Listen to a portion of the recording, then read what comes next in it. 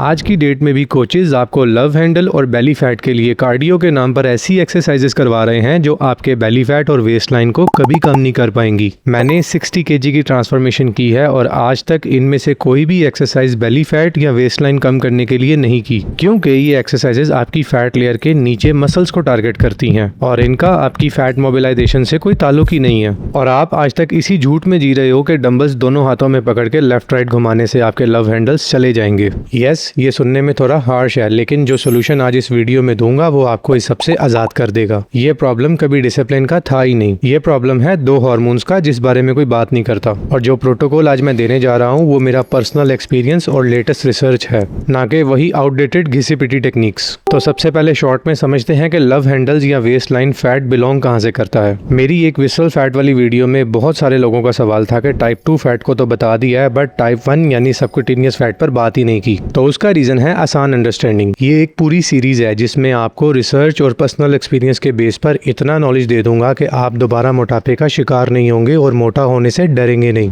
So love handles type 1 fat यानी subcutaneous fat में आते हैं और इन्हें कम करने के लिए 3 रूल्स का प्रोटोकॉल काम करेगा, जिस पर पूरी एक रिसर्च भी है और मेरा एक्सपीरियंस भी बहुत पॉजिटिव है। और इस प्रोटोकॉल में आपको कोई मुश्किल नहीं होने वाली, ना ही जिम की डिपेंडेंसी है और ना ही लंबी वॉक। एक ऐसा काम जो आप हर मील के बाद 60 सेकंड के अंदर ही कर सकते हैं, जो हिट करेगा लव हैंडल्स के ड्राइवर को। इससे पहले कि मैं आपको प्रोटोकॉल दूं, आपके लिए समझना जरूरी है कि लव हैंडल्स यहाँ है ही क्यों। फैट कभी भी ये खुद डिसाइड नहीं करता कि उसे कहाँ स्टोर होना है और कब निकलना है। हमारी बॉडी में 2 हार्मोन्स हैं जो उसे ड्राइव करते हैं मिड सेक्शन की तरफ। Number 1 cortisol. ये आपका स्ट्रेस हार्मोन है जिससे बस आपको डराया जाता है, इससे डील करना नहीं सिखाया जाता। जब आपका कोर्टिसोल हाई होता है तो आपकी बॉडी फाइट और फ्लाइट मोड में होती है, यहाँ सर्वाइवल मोड कहना भी ठीक रहेगा। तो ये प्रोग्राम सबकी बॉडी में एक जैसा ही बिहेव करता है। एनर्जी को पकड़ो और किसी ऐसे सेंटर पॉइंट में स्टोर कर दो जहां से जरूरत पड़ने पर उसे यूज किया जा सके। कोई ऐसी जगह जहां से इसे फौरन इस्तेमाल में लाया जा सके, और वो जगह है आपका मिड सेक्शन। अब जितना ज्यादा कोर्टिसोल स्पाइक होगा उतना ही फैट इस एरिया में स्टोर रहने वाला है।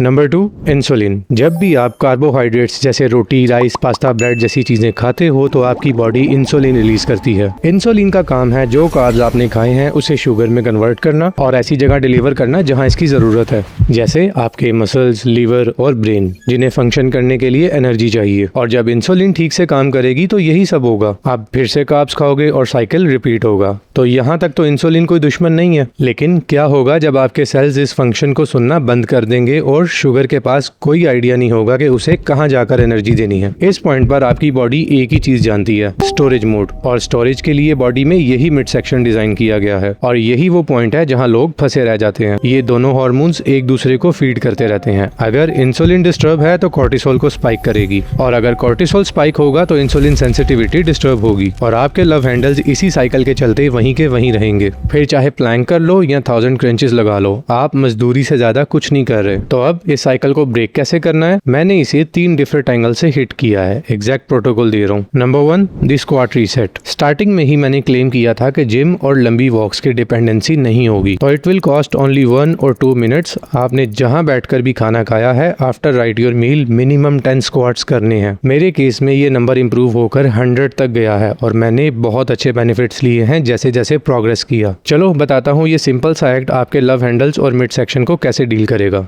जब आप मील खाओगे, आपका ब्लड शुगर स्पाइक करेगा कार्ब्स को शुगर में कन्वर्ट करने के लिए। फिर शुगर ब्लड स्ट्रीम से ट्रेवल करती हुई अपना रास्ता ढूंढेगी। ठीक इसी पॉइंट पर आपने स्क्वाट्स के जरिए अगर अपनी लोअर बॉडी को एक्टिवेट कर दिया, मिनिमम 10 स्क्वाट्स चाहिए, कोई वेट नहीं उठाना। लोअर बॉडी सबसे बड़े मसल ग्रुप को होल्ड करती है जिसमें आपके क्वाड्स और ग्लूट्स आते हैं। तो अगर आप मील खा के बैठे रहोगे या लेट जाओगे तो शुगर के पास फैट स्टोरेज में जाने के अलावा कोई ऑप्शन ही नहीं है। लेकिन जब आप इस सिस्टम को इंटरप्ट करोगे एक छोटी सी मूवमेंट के साथ, और आपके मसल्स इस एक्टिवेशन में एनर्जी की डिमांड करेंगे। ऐसा समझ लो कि एक इमरजेंसी गेट खोल देंगे शुगर के लिए, और फिर वही शुगर जो आपके स्टोरेज में जाना चाहिए था आपके मसल्स में एनर्जी बनकर जाएगा और एक मिडिल क्लास की सैलरी की तरह आते ही खर्च हो जाएगा। रिजल्ट्स, डिपॉजिट आया, खर्च हुआ, सेविंग्स 0। अब ये मेरा कोई घर बैठ के बनाया गया टोटका नहीं है, इस पर एक बहुत सॉलिड रिसर्च है जिसे देखने के बाद ही मैंने इस प्रोटोकॉल को टेस्ट किया है। सो आप इस चीज को अगर 3 मील्स यानी ब्रेकफास्ट, लंच और डिनर के साथ करते हो तो without doing any extra effort आप लव हैंडल्स के ड्राइवर को टारगेट कर सकते हो। और एक बोनस टिप उन लोगों के लिए जिनकी डेस्क जॉब है और वॉक करने का टाइम भी नहीं, आप हर 1 घंटे में 10 फ्री स्क्वाट्स करके बहुत तगड़े रिजल्ट ले सकते हो। Number 2, the cortisol window. Cortisol का बिहेवियर अगर देखा जाए तो ये पूरे दिन में अपना पीक एक टाइम पर हिट करता है और वो टाइम है जब आप सोकर उठते हो। पहले 1 से 2 घंटे ये डिसाइड करते हैं कि आज आपकी बॉडी बर्निंग मोड में परफॉर्म करेगी या स्टोरेज मोड में, क्योंकि इसी टाइम पर ये स्पाइक पीक पर होता है और उसके बाद ग्रेजुअली नीचे आने लगता है। आज के इस मॉडर्न एरा में आप उठते ही क्या करते हो? सबसे पहले अपना सेलफोन चेक, फिर एम्प्टी स्टमक चाय या कॉफी, फिर रूम की एक आर्टिफिशियल डिम लाइट में बैठे रहते हो। अब ये सारे एक्शन स्टेयर की तरह काम करते हैं आपके ऑलरेडी स्पाइक जोन को और बढ़ाने में, और हर रोज आप ये सब रिपीट करके अपनी बॉडी को फैट स्टोर करने का सिग्नल भेज रहे हो और फिर जिम में जाकर एब्स का वर्कआउट और कार्डियो के नाम पर पता नहीं क्या क्या कर रहे हो, जिसका आपको तब तक कोई फायदा नहीं मिलने वाला जब तक आप ये नेचुरल सेटअप ठीक ना करो। सोल्यूशन, उठते ही सबसे पहले no screens, not a single calorie, just a glass of warm water और गेट सनलाइट, और ये सब 10 मिनट के अंदर करना है। ये नेचुरल एनवायरनमेंट आप जैसे ही बॉडी को दोगे, बॉडी खुद चीजों को नॉर्मलाइज करेगी और आपसे दिन भर कोई मेहनत भी नहीं मांगेगी। सुनने में थोड़ा कॉम्प्लिकेटेड लगता है, लेकिन पहले 5 मिनट ही आपके कॉर्टिसोल स्पाइक वाले स्विच को फ्लिप कर सकते हैं। नेक्स्ट स्टेप में आपको अपनी मील को डिले करना है जितना हो सके, और मिनिमम 30 से 60 मिनट से ये प्रैक्टिस शुरू करनी है और इसे एक गेम की तरह लेवल्स में अचीव करना है, क्योंकि ये डिले जितना ज्यादा होगा बेनिफिट्स बढ़ते चले जाएंगे। बाकी सब छोड़ो, स्पेशली फैट लॉस बेनिफिट्स, जिसलिए हम इस वीडियो पर हैं। अब फास्टिंग विंडो और उनकी प्रैक्टिकल अप्रोचेस पर भी मैं एक वीडियो दे चुका हूँ। इस वीडियो में आपको फास्टिंग से रिलेटेड हर सवाल का जवाब मिल जाएगा और कम एफर्ट के साथ फास्टिंग से ज्यादा बेनिफिट्स कैसे लेने हैं इसकी कंप्लीट एक्सप्लेनेशन है। अब चाय या कॉफी जिन लोगों की कमजोरी है और छोड़ना मुश्किल लग रहा है, उनके लिए ये चीज बता रहा हूँ। कैफीन में एक मॉलिक्यूल होता है एडिनोसिन, ये आपकी बॉडी का थकावट वाला सिग्नल है।